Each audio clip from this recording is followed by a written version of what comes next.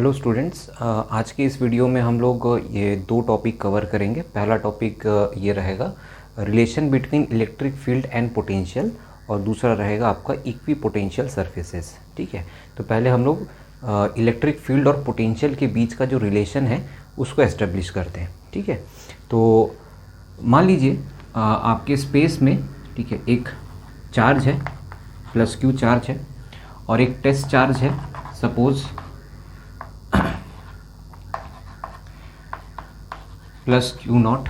ठीक है, ये एक टेस्ट चार्ज है, इसका भी पोजीशन है ए। ठीक है, और इसको आपको लाना है, ठीक है, बी तक।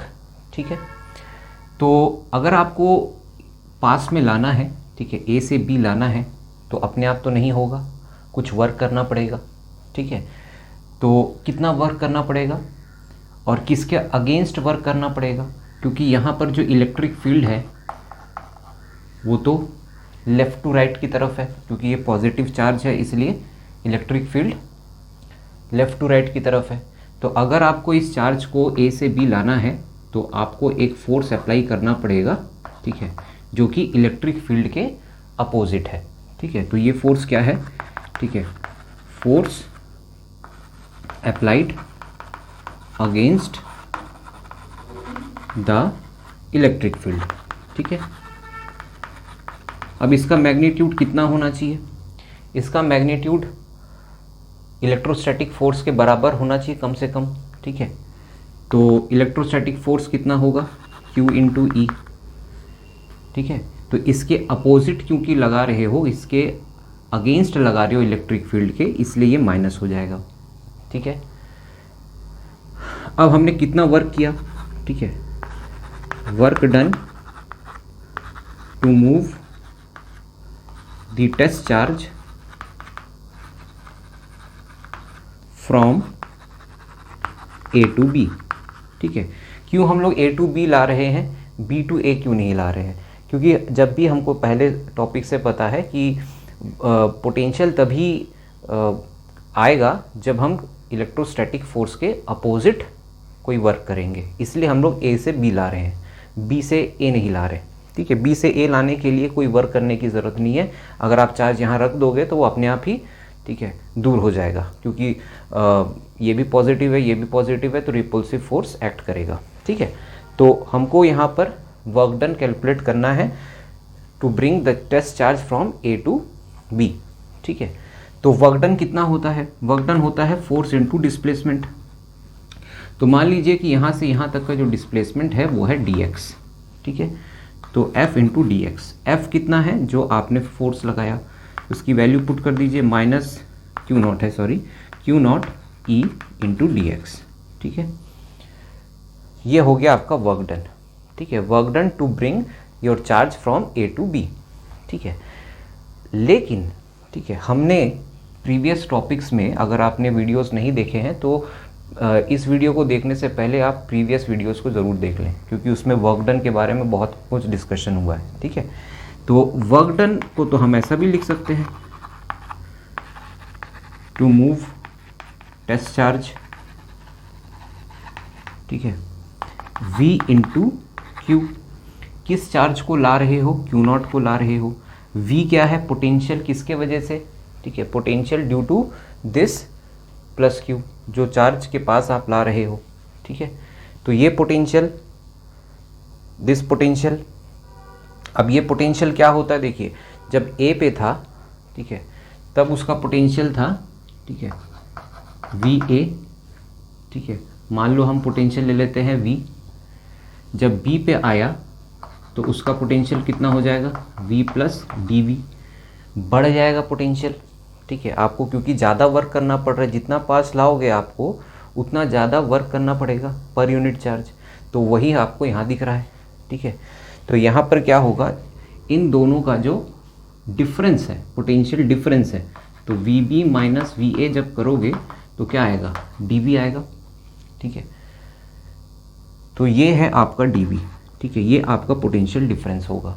ठीक है, क्योंकि हम लोग अभी स्मॉल वर्क डन कर रहे हैं, इसलिए स्मॉल पोटेंशियल डिफरेंस देख रहे हैं। ठीक है, तो स्मॉल पोटेंशियल इनटू चार्ज। ठीक है, अब ये भी तो वर्क डन है। ठीक है, to bring the charge from A to B, ये भी तो वर्क डन है to bring the charge from A to B. तो क्या मैं इन दोनों को इक्वेट कर सकता हूँ? ठीक है, तो अगर मैं इनको इक्वेट कर देता हूँ, ठीक है, इक्वेट 1 and 2, तो क्या आएगा देखिए, minus Q naught E D X is equal to D V into Q naught. यहाँ से अगर आप देखोगे तो क्यू नॉट कैंसिल हो जा रहा है, ठीक है, और अगर ई को सेपरेट करोगे तो ये कुछ ऐसा आएगा, minus D V by D X, minus D V by D X. यही है relation between electric field and potential. ठीक है, अब यहाँ पर आपको क्या मिल रहा है? यहाँ पर मिल रहा है आपको मैग्नीट्यूड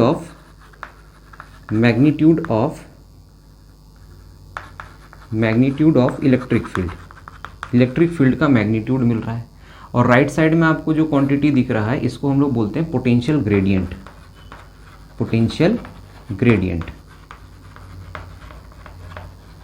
ठीक है, या इसको हम डिफाइन भी अगर करें तो पोटेंशियल ग्रेडियंट क्या होता है?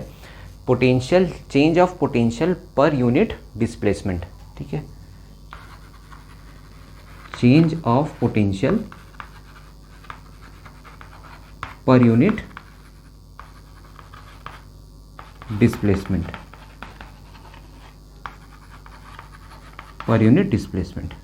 तो यहाँ पर पोटेंशियल ग्रेडियंट के बराबर क्या है? पोटेंशियल ग्रेडियंट के बराबर आपका मैग्नीट्यूड ऑफ इलेक्ट्रिक फील्ड है।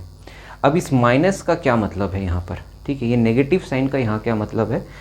तो अगर आप इस पहले वाले डायग्राम को देखेंगे, ठीक है, तो आपको दिख रहा होगा कि जैसे जैसे हम ए से जब बी गए फिर बी से और पास जाएंगे तो पोटेंशियल बढ़ रहा है।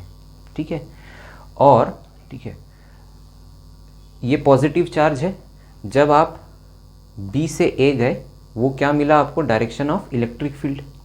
ठीक है, तो डायरेक्शन ऑफ इलेक्ट्रिक फील्ड और पोटेंशियल का बढ़ना दोनों क्या है? अपोजिट है।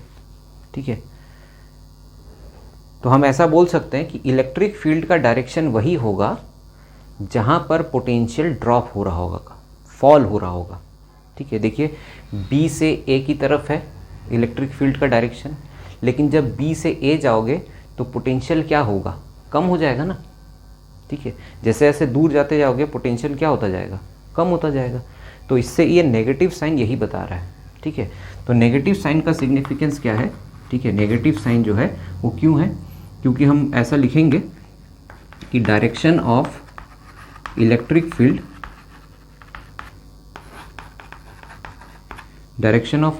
फील्ड इज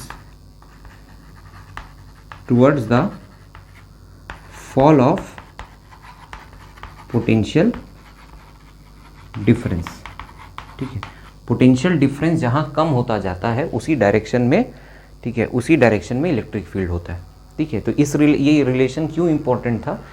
इससे आपको ना सिर्फ मैग्नीट्यूड ऑफ इलेक्ट्रिक फील्ड पता चल रहा है, इससे आपको डायरेक्शन ऑफ इलेक्ट्रिक फील्ड भी पता चल जा रहा है।